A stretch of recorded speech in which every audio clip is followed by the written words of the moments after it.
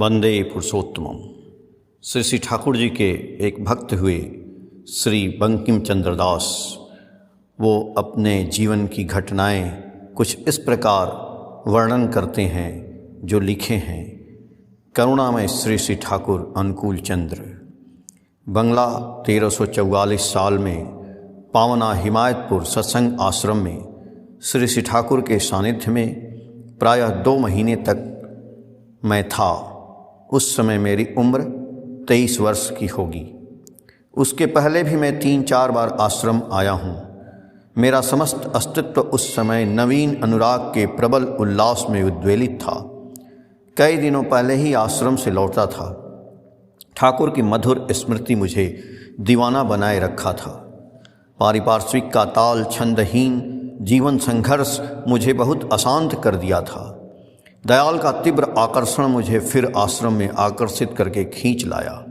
सोचा था दयाल के सानिध्य में ही यह जीवन बिता दूंगा, लेकिन आने के समय एक दुश्चिंता मुझे बहुत सताने के चलते सोचने लगा था वहाँ मेरा जीवन कैसे व्यतीत होगा।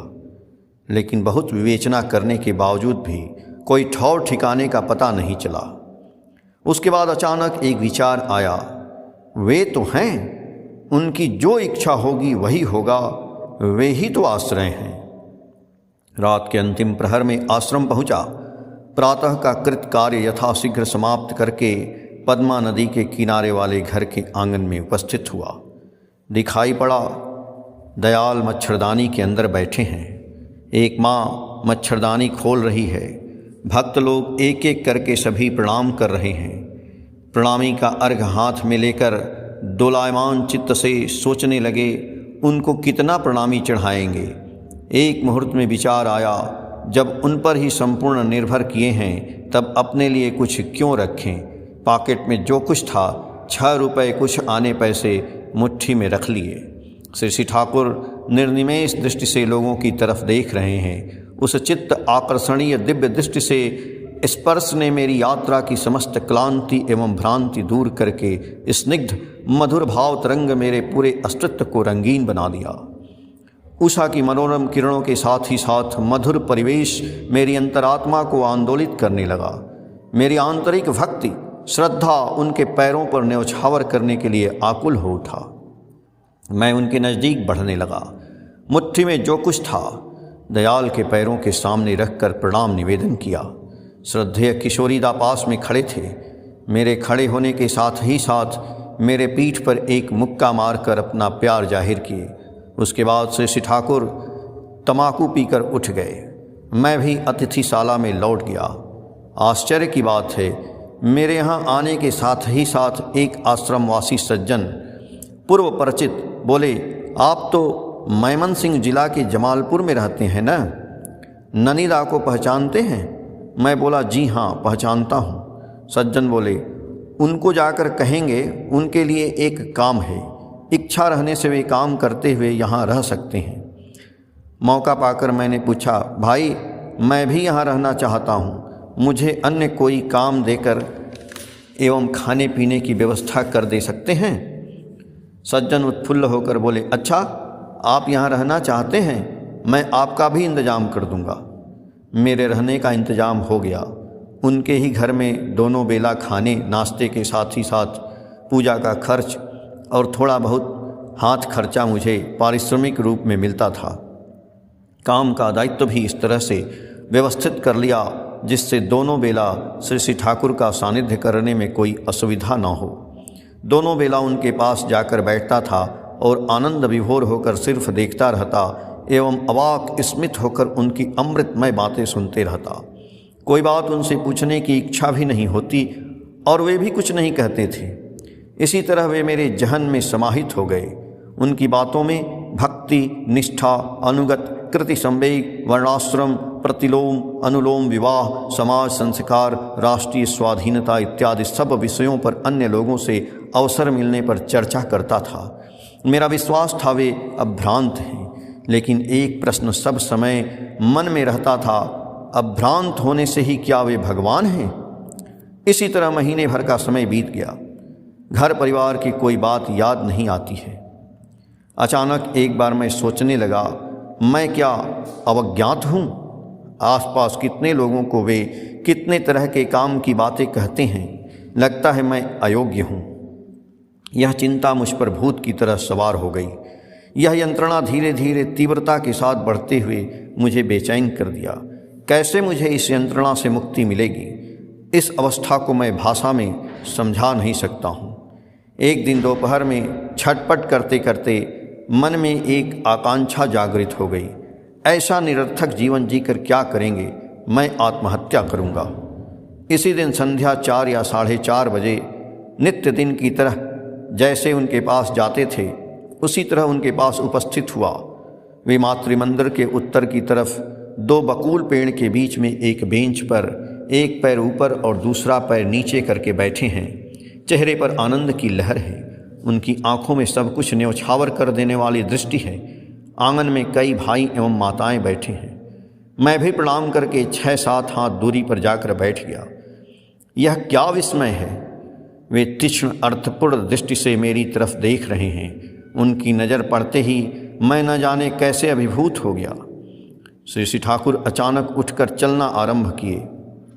जो लोग दयाल के पास बैठे रहते हैं, साधारणतः उनके चलने पर वे लोग भी पीछे पीछे चलने लगते हैं।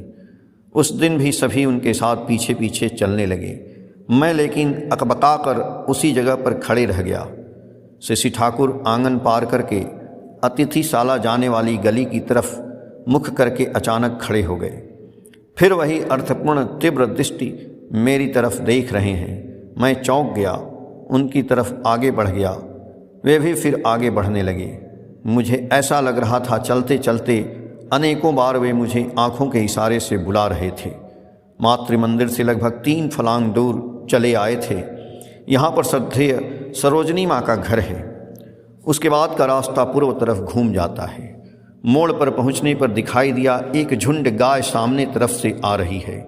श्री ठाकुर रास्ते के एक किनारे बांस के बगीचे की तरफ नीचे उतर गए।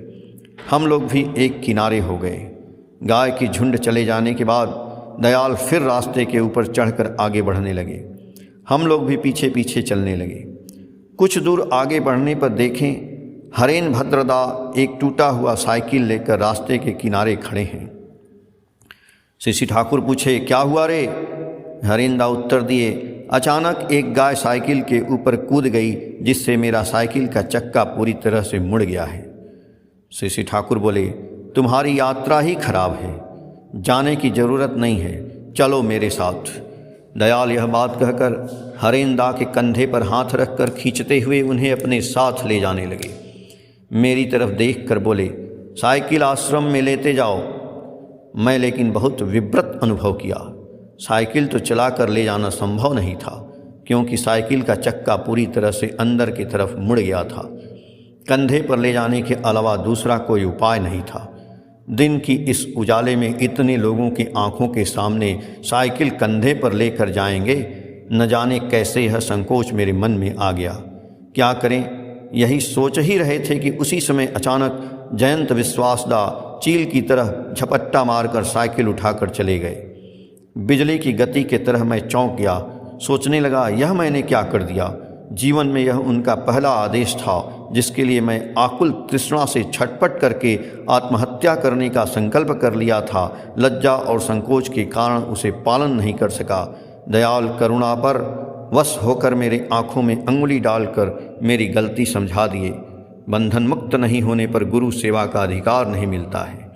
मैं अब भी उनके आदेश का पालन करने योग्य नहीं बन पाया हूँ, इसलिए वे प्रतीक्षा कर रहे थे, मेरी अवज्ञा नहीं किए थे। उनके श्रीमुख से बार बार सुना था, अहेतुक करुणा कहकर कुछ नहीं है। लेकिन मैं जब अपनी तरफ नज़र डालकर देखता हूँ, अपनी भक्ति या साधना की बातें जब सोचता हूँ, उनका मेरे प्रति अपार करुणा, सब कुछ तो अहेतुक ही लगता है। जीवन के हर मुहूर्त में भूल भ्रांति की जटिल ग्रंथि से उद्धार करके मुक्ति के पथ में, ज्ञान के पथ में, आलोक की दुनिया में वे स्वयं हाथ पकड़ कर ले जा रहे हैं। यह बात स्पष्ट रूप से उपलब्धि करने में कुछ समय नहीं लगा है कि वे सर्वज्ञ हैं। अपने करुणामय निभृत मन की व्यथा दूर करके मेरे बहिर्मुख मन में विचित्र उपाय से अंतर्मुखी विश्लेषक परिचर्या में तनमुखी करके आगत अनुभूति सब कुछ मेरे ऐसा अकिंचित करके अंतर में भी जागृत कर देते हैं। इसलिए ही तो वे मेरे भगवान हैं। अनुवादक श्री दीपानंद प्रसाद, 7 अप्रैल 2015, पृष्ठ संख्या 53, 54, 55 से। जय गुरु।